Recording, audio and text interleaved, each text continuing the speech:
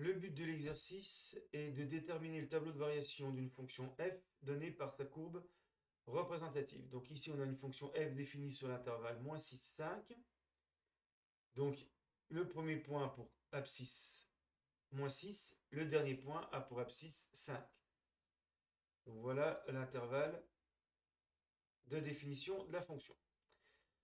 Alors, pour faire le tableau de variation, c'est comme un tableau de valeur ou un tableau de signes. En première ligne, on met x. En deuxième ligne, on met les images f de x. Alors, ici, x commence à 6. Ensuite, on s'aperçoit que la courbe monte. Et la courbe va monter sur l'intervalle. Donc, ce qui est important, c'est l'intervalle ici, sur lequel la courbe monte. Donc là, la fonction est strictement croissante sur l'intervalle moins 6, moins 5. Donc, on met moins 5 dans le tableau de variation. Et là, la fonction est strictement croissante. On prend l'habitude de mettre les images. Donc, f de moins 6, ça fait à peu près moins 0,5. Et puis f de moins 5, ça fait à peu près 1,8. Si on ne s'est pas trompé, comme elle est croissante, 1,8 doit être plus grand que moins 0,5. Ensuite, la courbe descend. Donc ça veut dire que la fonction est décroissante ici jusqu'à moins 2. Donc je mets moins 2 ici, une flèche qui descend. F de moins 2,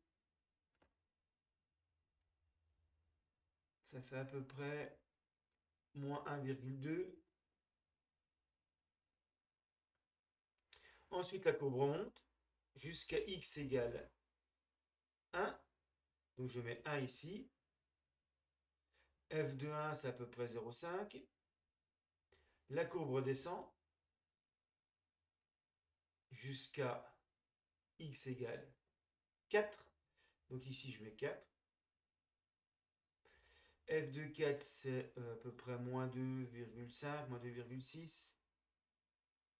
Et la courbe remonte une dernière fois jusqu'à la fin de l'intervalle de définition qui est 5. Et pour f de 5, c'est à peu près 0, ou moins 0,1. Et donc voilà comment on détermine le tableau de variation d'une fonction à partir de sa courbe. Bien vérifier que tout est cohérent. Donc moins 0,5 doit être plus petit que 1,8, qui est plus grand que moins 1,2, qui est plus petit que 0,5, qui est plus grand que moins 2,6, qui est plus petit que moins 0,1. Donc là, c'est cohérent par rapport aux variations qu'on a trouvées.